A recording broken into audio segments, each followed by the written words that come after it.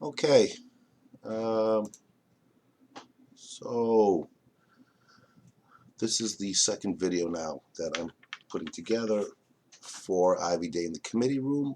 Um, I will be continuing some of the things I touched on in our live Google Meet that we had today at 1 o'clock.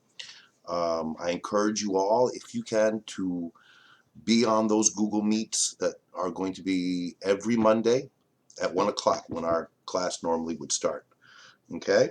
Again, encourage you to send any questions, concerns through Omnivox to me, and to continue the reading. Just a reminder, and for those of you who couldn't attend today, um, we're going to be moving on to the next story. Hold on. To our next story, A Good Man is Hard to Find, by Flannery O'Connor, next week. All right, and we'll do that one in about a week or so, and then we'll be moving on to Macbeth. I will be posting this video. I will be posting more videos, or at least one more video by the weekend, so you have a chance to look at it before we have our Monday meeting. And I will be attempting to give you your topics for the midterm by the end of this week. And again, a reminder, you will have 2 weeks from the time that I post the questions for the final to write the essay and submit it to me through Omnivox. And I will give a detailed breakdown of the structure. Length is 750 to 1,000 words, and all the details for that will be posted on Omnivox and also included in the videos and so on. Okay, so I want to remind you again of the PowerPoint, because our discussion today, we talked a lot about characters and who is the protagonist um, of the story, and we discovered that it's not easy to determine that. Right? We have a number of characters. Here we have them in the PowerPoint, which is available on Omnivox. A number of characters, and there doesn't seem, unlike, for instance, if you compare it with Chrysanthemums, it was clear that the protagonist of Chrysanthemums was Elisa. Here, it's a little different because the characters that we have seem to, for certainly the ones that we see the most of, seem to have equal weight. We don't really get a sense that one is clearly positioned above the others.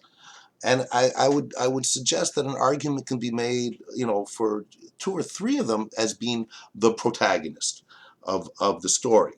Um, but what I was also pointing out is, in a bit of an ironic way, um, Charles Stewart Parnell is the protagonist because he's really everywhere in this story, right? It takes place on Ivy Day, which, as we've discussed, is the commemoration of his death on October 6, 1891. That's why they're wearing the ivy in their lapels. And not just much of the discussion, but much of the sense and the tone and the themes revolve around the impact that Parnell had on Ireland during this period of time. Remember, the story is taking place um, in 1902. The story was written in 1905, and this was, again, thinking of trying to understand the context of this story. This was this period from the time of Parnell's death until the start of the Easter Rising in 1916, and I guess maybe a year before that, as things started to really come to a head, and which ultimately led to Irish independence. The political climate was very much one of lethargy, of not nothing was really happening. People had given up. The death of Parnell, and not just the death of Parnell, as we discussed today, but his loss of power, the scandal, right? The scandal that brought him down really shattered so much of the political impetus that he was leading towards Irish independence over the British. So I mean, this speaks to another one of the themes here, the theme of morality to a large extent, right? Morality and politics, right? Where in the case of Parnell, what is inferred in the story and what we're extrapolating from it at this point is that when Charles Parnell was exposed to be having this extramarital affair, um, morality trumped the politics. Morality trumped the passion for home rule, the passion for independence from England. What became more important, certainly for the Catholic Church and for a large segment of the population, was the character of Charles Parnell, his um, his immoral behavior became more important than Irish independence. And this is very telling. And once that morality trumps the politics, and the leader of the political movement is torn asunder, if you will, because of the morality of his behavior, it it it shatters not just the politics, but it also shatters the faith in moral certitude, and to a certain extent, that idea of what the morality that comes out of the Catholic Church in Ireland at the time. This is why we have these characters who seemingly are just so non-motivated and suspicious, and so little is getting done. We see them all. They're there specifically to support tyranny, right? They're canvassers for Richard Tierney, the politician, but none of them really believe in him, right? Where's my money? Where's my beer? This is what seems to be driving them, and this leads to another theme. This theme of selfishness. It's all about the individual as opposed to the society. The individual becomes more important than the society, and this again is another important theme that runs through this story, and you want to be looking for that as you're looking at the characters. I mean, the way that they are talk behind each other's backs, the way that they're suspicious of everyone. There's a lack of trust, and this is in this story in Ivy Day in the Committee Room. This is stemming from the demise of the leader. All right. It's also thematically talking about the need for a powerful leader, the need to have someone to fight the good fight and to have the charismatic qualities of a political leader and a social leader that people will follow, something to believe in. And I think, again, that's so essential for recognizing why these characters are seemingly so I guess I don't like using the word lazy, but so unmotivated. All right, there is no leadership here. There's nothing to believe in. The idea of independence, which was so strong, has now diminished, and the idea of the reason there's such a long period of time before new leadership can arise is the devastation of having such an individual who's been placed so high on the pedestal, Parnell, to have him come crashing down because of morality, not because he made some poor political decisions, um, but because of his personal choices, moral, ethical choices. And this lends itself to this, which we see today in politics and society as well. Can we separate the man's personal behavior and the ideas that he or she um, uh, is advocating for? All right. So a lot of this stems from the idea, was Parnell unjustly treated. And you see it even among the characters in this story that, some seem to be arguing, yes, good riddance, right? We see this in the discussion when they're talking about the King of England, who also is known to have usurped certain moral standards that were really ingrained at the time. But they seem to be more forgiving, at least some of the characters, more forgiving of having Edward come and let bygones be bygones, it says at one point in the story. Whereas they didn't let bygones be bygones with Parnell. And that lends itself, again, to this idea that, okay, we can accept it in others because King Edward, represents England, and of course the whole independence movement is to break away from England. That's the other. That's them. Parnell was us. Less forgiving if it's us, more forgiving if it's the other. Okay? Ironically, perhaps. But certainly there's that component in the story. So be thinking about that when it comes to these idea of themes, right? Again, come back to the PowerPoint where I emphasize the themes of isolation and individuality and political paralysis. All right. And again, as we go through the story again here, and as we were discussing today during our Google Meet, we see this in the behavior of the characters, the paralysis, right? We see O'Connor, who's supposed to be out canvassing, but isn't. He's inside all day, rolling very slowly cigarettes, and there's no enthusiasm. It's a kind of paralysis. And we see that in most of the characters. Look at old Jack, lethargic in his movements. Pretty much all the characters have elements of this. All right. So that really is the themes that you want to be focusing on. The one that's not on the PowerPoint, the one I just brought up, this idea of morality as well, and how morality can influence and undercut progress in terms of society and politics. All right, where do we draw the line in terms of personal behavior versus societal behavior? Okay, so keeping that in mind, hold on, there we are. So I want to come back again and look at some specific elements of the story.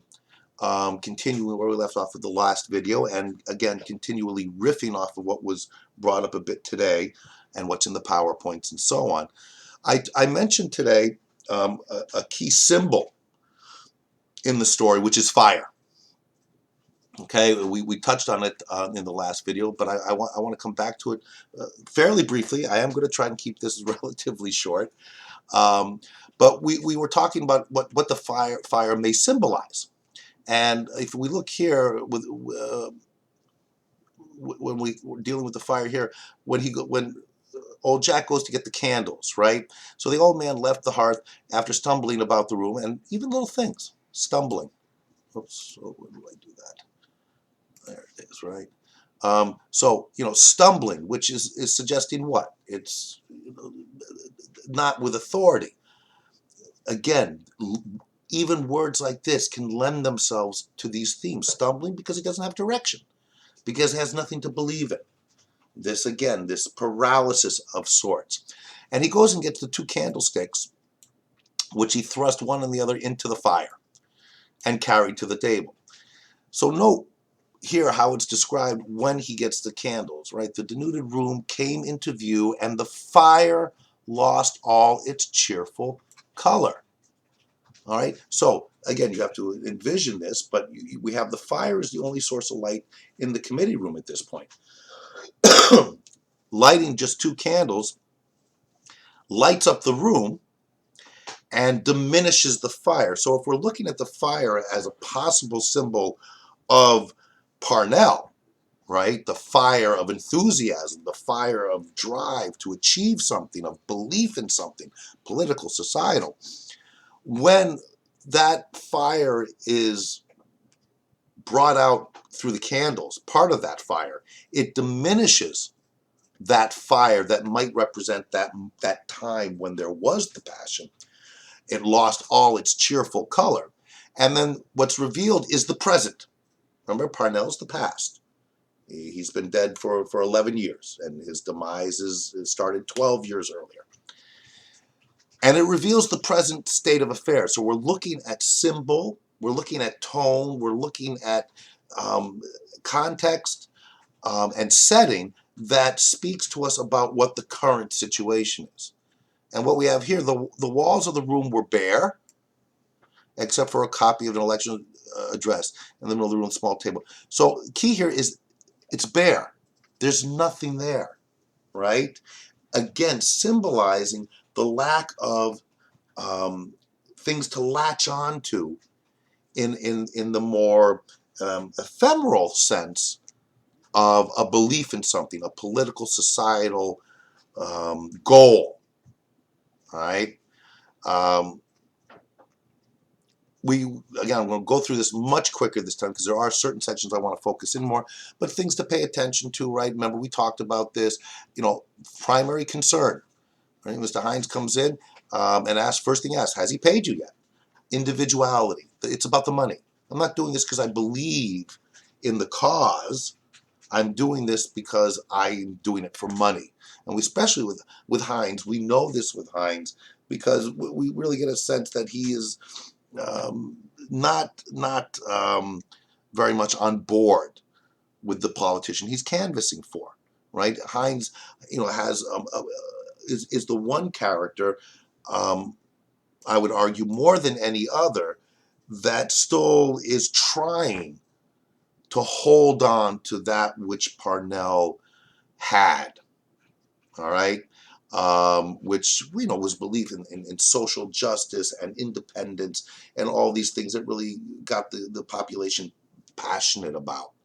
The others are Hines, and we know this because he's the one who recites the poem at the end, right? So he's the one who still believes in Parnell, ironically, since Parnell is no longer there, but he believes in what Parnell represented. And this is, again, years have gone by, and even those who supported Parnell when he was brought down, after so long, after 10 years, it's hard to hold on to that because there's no one there to represent it. Hines is still trying to hold on to it. And we see this here a bit when he's talking about the other candidate, right, Colgan, as a working, basically a socialist to a large extent, and who, not that Parnell was a socialist, but in this belief in bettering society. It's really the only taste we get of it very much, right? Again, without getting deeply into the specifics of the political, the Labor Party and the Conservative Party, and how that was all playing out at the time. But do be attentive to Hines as someone who is still trying to hold on to what Parnell represented, whereas the others pretty much have left it behind. Again, we really get a sense of that from old Jack, who would have been most familiar with Parnell, right? He's the older one, and he's for all intents and purposes given up, and angry as well. Remember his interaction when he's talking about his own son, because a movement, a political movement, a societal movement, is very much dependent on the young generation to lead the charge. That's where there's greater energy. So the old Jack is representative when he was younger, and when Hines was younger. They had this character, this person in Parnell, to galvanize them. But when we see the younger ones, which is old Jack's son, and then when we see the 17-year-old who brings up the bottles representing this new generation, we get the sense very much that they don't care at all, and aren't even paying any attention to the politics or the societal ills of society. They're more interested in drinking, right? We talked about that a bit, about the if there's nothing to believe in, nothing to give you hope, whatever it may be, then it's easy just to say, well, I'll just settle in as things are, and drink and carouse and do nothing ultimately. at least nothing in terms of political and societal growth. So again, this whole section here is talking about the working man, and it's an important section insofar as we see how Hines is the one who's bringing this up and how the others respond to it. Right? Remember this Tricky Dicky Tierney, right? That's the name that Hines has for the politician Tierney. But of course, it's interesting that Hines is canvassing for Tierney. Doesn't even believe in it, right? Again, so this is why what we find next is when they become suspicious of Hines, right? That's coming up shortly with Henchley. When Hines leaves, Henchley is like, I don't trust him. And that, again, the individuality, the suspicion, the lack of trust, all these themes that are all penetrating this lethargic condition that they're in. Okay.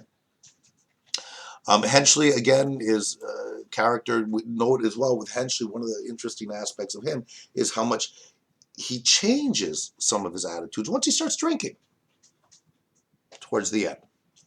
Right. So it's almost as if Henchley is so untrusting and so at times seemingly aggressive, is out of perhaps disappointment that there isn't anything there.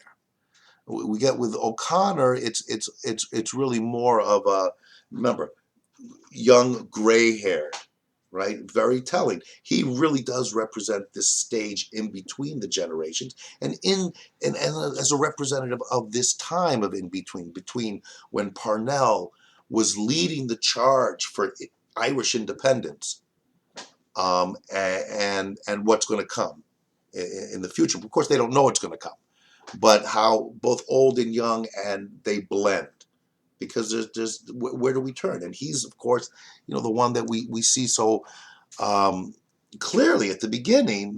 The slow rolling of the cigarette, using the Tierney cards to light it, not out canvassing because it's raining, right? I mean, there's no drive there, and old before his time, because there's nothing to believe in. The gray hair comes because there's nothing to drive him, to excite him, to give him purpose.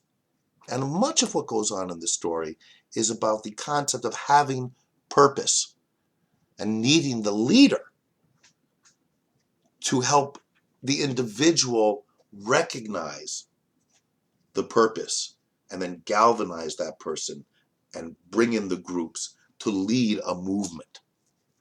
All right, a life without purpose. Even in the midst of a political election, which all these characters are in, they're canvassers. Even in the midst of political change, they don't feel they have purpose. And a life without purpose, which is another theme that can certainly be and needs to be looked at here. A life without purpose, what kind of life is that? What can that bring? And certainly when we look at these characters, it's an important question for us to be asking. All right. Be attentive again to the fire and how it works. We'll talk about it a bit when we get to when they open their beer bottles with it, which we discussed today. This section here is talking about Tierney and his father. Again, we don't have time to go through the entire story in the kind of detail I'd like, but again, Tricky Dicky Tierney, right? Which is suggesting the way they talk about him, the man that they work for, the man that they're canvassing for, they don't really trust. He's tricky, right? And it says so much because the belief in Parnell was so strong. It bordered on worship, almost in a religious sense. Now their person that they're canvassing for, the politician they're canvassing, is just Tricky Dicky Tierney. All right, it doesn't have we don't. There's no passion here whatsoever. Um, and again, right, the pay. right? Always looking, where's my money? The individual looking for their money over the cause. They believe they're not looking for the money if they had someone they believed in. They need the money, but again, different thing. When Heinz leave, we saw here, I want to just draw this to your attention quickly. Here's Henji. To tell you my private, candid opinion, right? He's talking about Haynes here, right? I think he's a man from the other camp. He's a spy of Colgan's, if you ask me. Just go around and try to find out how they're getting on and so on. So, again, he won't say this to his face. Again, showing a lack of drive, passion, respect. And it shows this behind the back, stabbing in the back type of personality traits that touches them all to some degree. But note how he'll change a bit as we get closer to the end. Well, let's see. There's no. Okay. Here we go. So now we get to a very brief scene, but an important one, right? There's a knock at the door. Come in and preserves, resembling a poor clergyman, a poor actor. Okay, appear to the doorway. Impossible to say collar or ladies because the collar of his shabby frock coat. All right, so this is our introduction to Father Keon. He comes and then he goes. What's he doing there? And I would suggest it's a very important role. Once we have established this context, especially in a country like Ireland, especially at the time that this is taking place, the Catholic Church is so influential, still is, in Ireland. And reminder that the Catholic Church abandoned Parnell and played a massive role in the demise of Parnell because of the morality. They believed in Parnell's politics very much, but they decided that morality is more important than politics and social change and independence. They could not reconcile his infidelity, and that this Father Keon then comes to represent in this story, in the context of the story, the Catholic Church. But of course, what is he? Right? Because it was impossible to say whether he wore a clergyman's collar. We're going to see all these elements that say, is he still a priest? Is he defrocked? Does he have any more influence? And of course, he seemingly doesn't. Right? Oh, Father Keon, is that you? Come in. No. Uh, won't you come in and sit down? No. He's not part of this now. And if we are looking at him as a symbol of the Catholic Church, we can see that now the Catholic Church has lost its influence to some degree, perhaps to a large degree, certainly in the context of this story, in the political realm.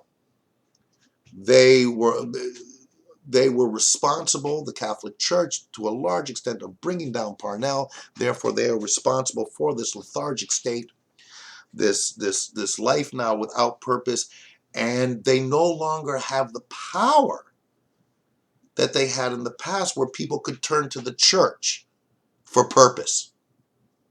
Okay, I mean, again, this is within the context of this particular story. It's certainly suggested here. And that would again lend itself, because one may say, okay, Parnell's gone, the politics, the society, but there's still the church. Well, this is reminding us that in the context of this story, the church no longer has influence, leading again to the lack of purpose, lack of belief, lack of faith. Okay, so the no's are important. I'm not going to come in and sit down. He's looking for Mr. Fanning. Mr. Fanning is a city worker of fairly the recurring character in some of Joyce's stuff. but often associated with corruption in the political realm.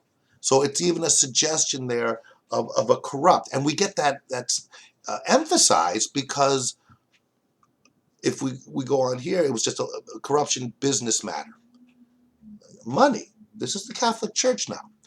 Um,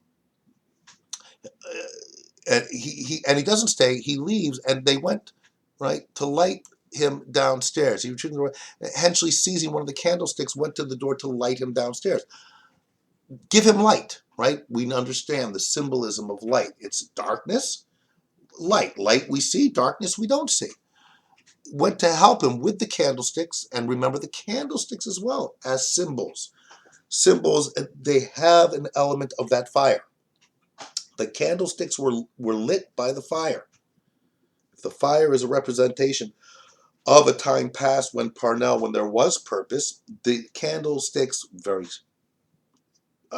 tiny light in comparison to some degree, um, are perhaps a bit of hope and a bit of light to maybe get back to that idea of purpose. But Father Kian, oh no, don't trouble, I beg. No, but the stairs is so dark. No, no, again. I can see, thank you indeed. Are you all right? Yes, thanks, goodbye. And off he goes. Brief appearance, but impactful, because it is now bringing in that element that there's no purpose in the religious realm either anymore, which then stimulates this idea of inertia, no movement, nothing to do. Okay? Um, we're, I want to, again, I want to get to, I realize this is going long and I don't want it to go. You can look over this section here as well. It lends itself to more of the politics. Kian does come up here in this context. It's a little involved, but I want to get to things that I think are going to lend themselves more so to a better and fuller understanding of the story given our limited time. We do have a discussion in here about the King of England, but we've talked about that. So I don't want to spend too much time with that. We do have now, of course, the representation of the newer generation who comes up, right? And just to emphasize, a boy put his head in. What is it? From the blind walking in, depositing a basket on the floor, noise of bottles. Here comes the beer. Here's Tierney sending up the beer to his canvassers. What's noticeable here, I mean, on many things, but what's noticeable to keep in mind is they offer, they need a corkscrew. First of all, he brings up the bottles, they can't open the bottles. So the boy has to go out and to get a corkscrew. Notice well here, there's no tumblers, no glasses. It may seem so seemingly simple or unimportant, but of course everything here is. There's no corkscrew, there's no tumblers. Okay, so the boy has to go out and get the corkscrew to open the bottles, and there's no tumblers. And then Mr. Many's a good man before now drank out of a bottle. It's again, things are different now. The tumblers would be something that is more elaborate, right? You pour the beer into the glass. Here, it doesn't matter anymore.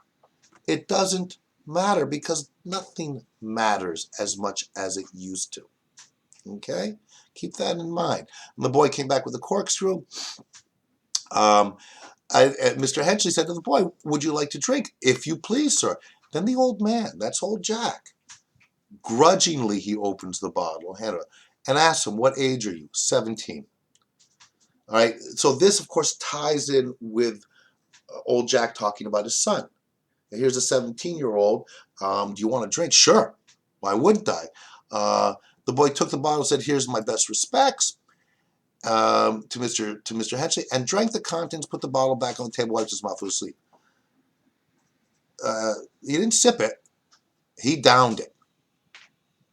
"Thank you very much." And then he took up the corkscrew and went out the door, muttering some form of salutation. So Note he takes the corkscrew with him. Note as well this muttering some form of salutation, suggestion of a lack of respect for his elders. Gets into this other theme that we talked about in the last video, older generation and the new generation. Both of them now stranded on this island of inertia and not getting along. Okay?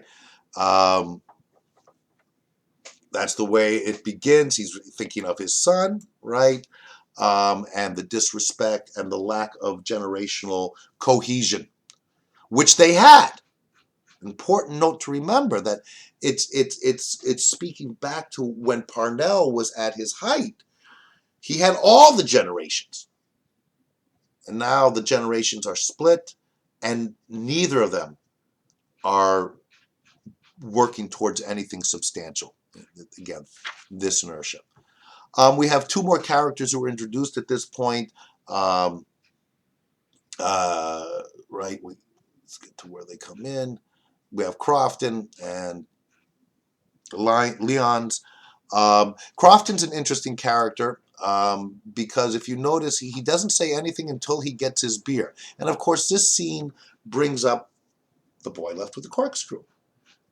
There, again, I want my beer. I don't care about who wins the election. I don't care about what kind of societal changes are going to happen. I want my beer. And this is emphasized again with these two characters who come in, especially with Crofton, who says he was silent for two reasons. First reason, sufficient itself, was that he had nothing to say. The second reason was that he considered his companions beneath him. The individual over the society. I have nothing to say because what's there to say? There's nothing. There's nothing. Nothingness. Okay, keep that in mind. And I'm better than these guys. All right, again, they get into a bit of discussion with the nationalist candidate and the labor candidate. And as I mentioned today briefly, they don't have the corkscrew, so they take the bottles, old trick, put it into the fire. The heat with the air that's in the bottle will pop the cork. And we get this puck as the cork flew out of Mr. Leon's bottle. Mr. Leon jumped off the table, went to the fire, took his bottle, and carried it back to that. This gets him moving. This gives him purpose. This gives him drive to get his bottle. Okay? Then they're talking about who did they get, and again, it gets into more of the political nature of it.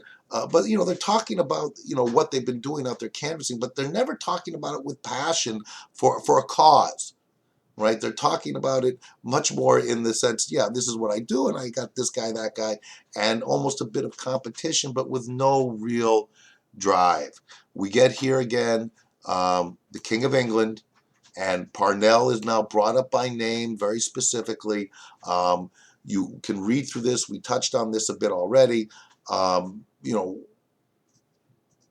the king should come, it speaks to the political inertia. And where's the fight for independence from England? The King of England coming over to Ireland seems to be contrary to the idea of independence, because the idea of independence is at this point almost non-existent because it doesn't have the leadership that can carry it through. Okay, again, another pock, and it was Mr. Crofton's bottle.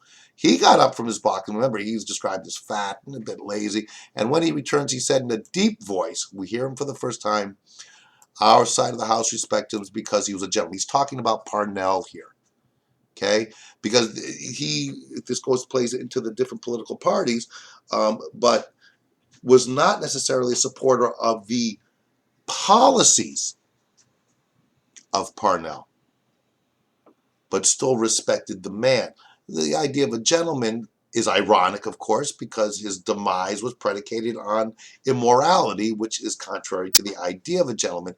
But it shows, even if in a grudging way, how the political opposition at the time, 11, 12 years earlier, in any case, and still to this present day, could still admire the person, the leader in Parnell, even if Parnell is leading another party, because of the magnitude of his political force, his cult of personality, his ability to galvanize the people. And that's nowhere to be seen now that Parnell is gone. Then Hines comes back.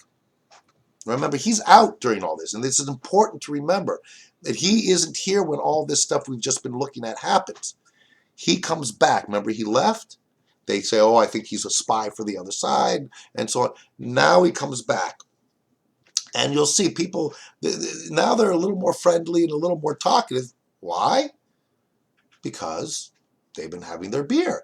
The beer represents not just the effects that beer have, but the beer also is a form of payment.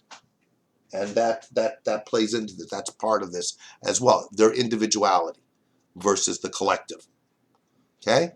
And what do they talk about here when he comes back is the poem. Now they're reminiscing. It is Ivy Day. It is about Purnell, and now it's a fascinating structural element to the story. Is with all their differences and all their untrustworthiness and everything else. Here towards the end, they come back and they come together to talk about with Hines. We're just like here. We're just talking about the chief. We're talking about Parnell. The chief is Parnell, and now they're all talking. Parnell seemingly still has some sway, some kind of unifying power that we only see here towards the end. We only see it in the context that now they're drinking, they've been paid, they're perhaps a little drunk, and it's nostalgic at this point. It's not real, it's from the past, but they're able to reminisce. And what do they want?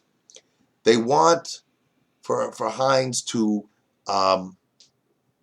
recite the poem that had been written for Parnell after his death. Remember, the death of Parnell, it was a massive event in Ireland. Even though he had been driven out of politics because of the affair he had with Kitty O'Shea, he was still a father figure to everyone. A fallen father, but his death came very quickly after his demise, and he was still worshipped. The crowds were immense for his funeral, and many poems and many things were written about it. And we've built in this story to this moment with all this lack of purpose, lack of faith, lack of drive in politics and society, and this lethargy and so on. But it comes back here in the story towards the end with the reciting of this poem. And just some key elements to the poem. And note that it's coming from Hines, very important, who was not there until just now. He just returned. Remember, they also, something to keep in mind, they put a beer in for Hines, right, to open the beer in the fire, right? The fire that could represent that time of Parnell. When we get to the story, he cleared his voice and began to recite. And yeah, he is dead, our uncrowned king is dead. Erin represents Ireland. When you see this in the play, Erin in the Irish language, it means Ireland. So when you're seeing Erin here, it replace it to make it easier to understand with Ireland. Oh, Erin, mourn in grief and woe, for he lies dead, whom the fell gang of modern hypocrites laid low.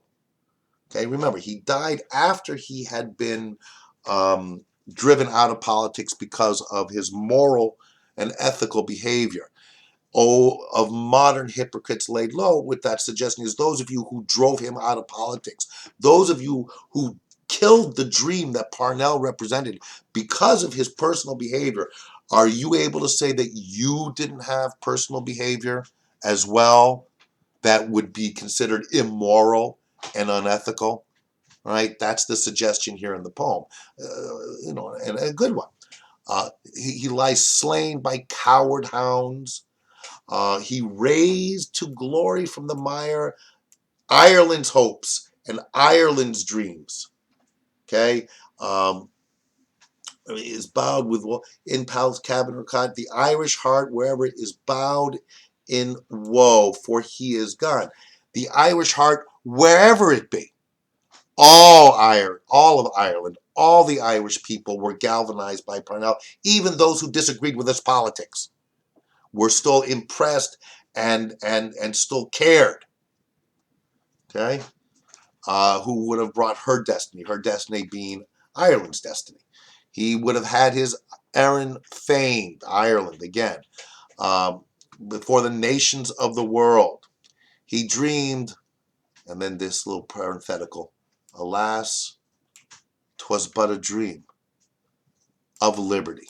Liberty, cause, purpose, universal cause and purpose. Because even if you disagreed with Parnell's specific political actions and political nature, very few disagreed with the idea of independence.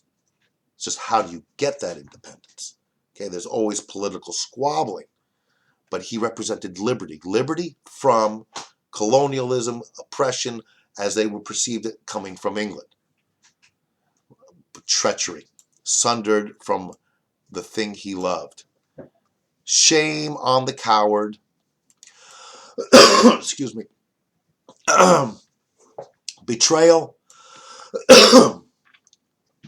of the rabble rout, the fawning priests, no friends of his. Remember, the priests in the Catholic Church played a huge role in bringing him down. May everlasting shame consume the memory of those who tried to befoul and smear the exalted name. Of course, it's not that simple because he was guilty of these indiscretions in his personal life. But did he deserve to be torn down because of it? He fell as fall the mighty ones. His death his death now united him with Ireland's heroes of the past. Calmly he rests, no human pain or high ambition spurs him now the peaks of glory to attain. They had their way. They laid him low. Right? Talking about the people that brought him down. But Aaron, lest his spirit may rise, his spirit may rise like the phoenix from the flames when breaks the dawning of the day. This is hopeful now. Right? His spirit may rise. It does rise years later, but they don't know this at the time. They're hopeful. The day that brings us freedom's reign. And on that day may Erin well pledge in the cup she lifts to joy one grief, the memory of Parnell. What's that saying? Is that one day we'll get there. We're not going to get there now. We don't have the leadership. We don't have the drive. We don't have the passion. We don't have the purpose. But if we ever do get there where we have our freedom and Erin well pledged the cup she lifts to joy, there will still be this one grief. The memory of Parnell. Not just his death, not just his physical death, but how he was driven out of his position. Because if he hadn't been, who knows? The movement would have perhaps continued and independence would have been achieved much earlier. There's the poem for you. Mr. Hynes sat down again at the table. When he had finished his recitation, there was a silence and then a burst of clapping. Even Mr. Lyons clapped, someone who was opposed to Parnell's policies. But this reminds him of what the man symbolized for all Irish people. All right, the idea of having purpose, something to fight for, perhaps even something to fight against, but something to believe in, whether for or against. The applause continued for a little time. When it ceased, all the auditors drank from their bottles in silence. And then Puck, the third bottle, the one for Mr. Hynes. The cork flew out of Mr. Hynes's bottle. But Mr. Hynes remained sitting, flushed and bareheaded on the table. He did not seem to have heard the invitation to drink. Very telling. All the others are drinking. Hines doesn't. He's just told this poem, nostalgic, reminiscent of Parnell, and he doesn't want to join in with the drinking as the others. It does separate him. How we unpack that? Well, is he still holding on to the dreams of Parnell? The others have given up the dreams. What does the beer represent? Is it represent of that individuality and payment? And Hines is still resisting it? Not completely, but still fighting it because he's there. He's in the committee room. He is canvassing for tyranny, but he seems to be, and he's the one who recites the poem, and he doesn't drink when the others drink. And again, if the fire is it's an interesting thing. If the fire is representative to some degree of the past of Parnell, the others are drinking their beer as a result of that fire being used as a trick. Remember, that's the term that's used to open up a bottle of beer, stout, individuality versus the collective. And he will not drink from that bottle that perhaps can be seen as an abuse of some sorts, the fire being used for that purpose if the fire represents Parnell as being something disrespectful to Parnell. Not sure. Possible read. Good man, Joe, said Mr. O'Connor, taking out his cigarette papers and pouch the better to hide his emotions. Even O'Connor, the gray-haired young man, right? But he's emotional. And even Crofton, the one who says so little, the one who has nothing to say, and the one who feels he's above everyone. What do you think of that, Crofton? Cried Mr. Henchy. Isn't that fine? What? Mr. Crofton said that it was a very fine piece of writing. Very difficult to know how to take this. Note right away that it's in the structurally, right, we have quoting. It is dialogue. Good man, Joe, said Mr. O'Connor, taking out his cigarette papers and pouch the better to hide his emotions. What do you think of that, Crofton? Cried Mr. Henchy. Isn't that fine? What? Instead of going, Mr. Crofton said, yes, that was a fine piece of writing, in quote, which would fit structurally with the way this is being written, he breaks away from it. Not sure what to make of that. All right? Because now it's a narrator telling us. It's no longer in the present. And given who Mr. Crofton is. And it's interesting to note that Crofton is the last one that we hear from, but we're not hearing directly from him through the narrator as opposed to what comes right before it. How do we want to unpack that? Well, it's intriguing. But what we do know is that, and it's undeniable, that they are brought all together at the end through the poem, but from different places and different perspectives, but are still able to some degree be united by the memory of Parnell. And it's a fine piece of writing and their emotion. But what is the emotion? Is the emotion perhaps sadness and despair that there is no one and has been no one to replace Parnell? Sadness and despair that there is no purpose and there is no drive and there is no ambition for either generation. All the generations. Old Jack, 17-year-old kid who brings up the bottles. O'Connor, who's gray-haired and young. It's covering the whole range of Irish society here. And the commentary seems to be very much suggesting thematically that without purpose, what do we have? How do we go on?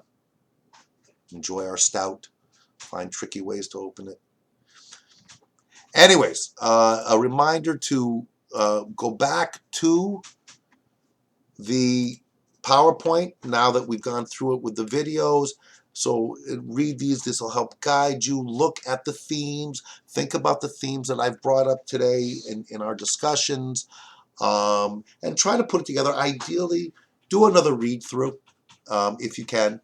And I think you'll really, you'll have a better grasp. Again, and I know I remind you all the time, there is no, like today I asked, who's the protagonist? There is no absolute answer to that. Okay, there are a variety of themes which we've touched on here that are all running through this story. They're all valid. Um, it depends on what you want to focus on if you are answering a question on your exam over this, or just if you're reading it, trying to get a better grasp of it. See how they all intermix, and what it's saying, and realize that it is talking about society. Doesn't just have to be Irish society in 1902. It's talking about what is life without purpose? What is life without a leader to follow, without somebody, whoever it is? Think of it, contextualize it with yourself. Who are the people you look up to? What are the people that you respect that can motivate you to do things, to give you hope, to give you purpose? And what's it like if you don't have that? Whether you're acquiring it from within, or whether you're finding some form of leadership out there that will give you the drive to pursue it. Whether it's a politician, or whether it's a celebrity, it can be, whatever it is that gives meaning to your lives. And without it, where do we go? And I'll leave you with this, and I know this went a little long, but I wanted to wrap it up, but I'll leave you with this. I think it's interesting and quite telling to some extent that we're dealing with this story about, elements of isolation and lethargy and confinement, if you will, because they're all confined. The whole story just takes place in this one room. It's interesting that we're doing this story now while we are all in a situation where we are confined. I don't know, just some food for thought, I suppose. In any case, look this over. If you have any questions, you know how to contact me. A reminder that we are moving on to our next story, so that should be read for next week. A good man is hard to find.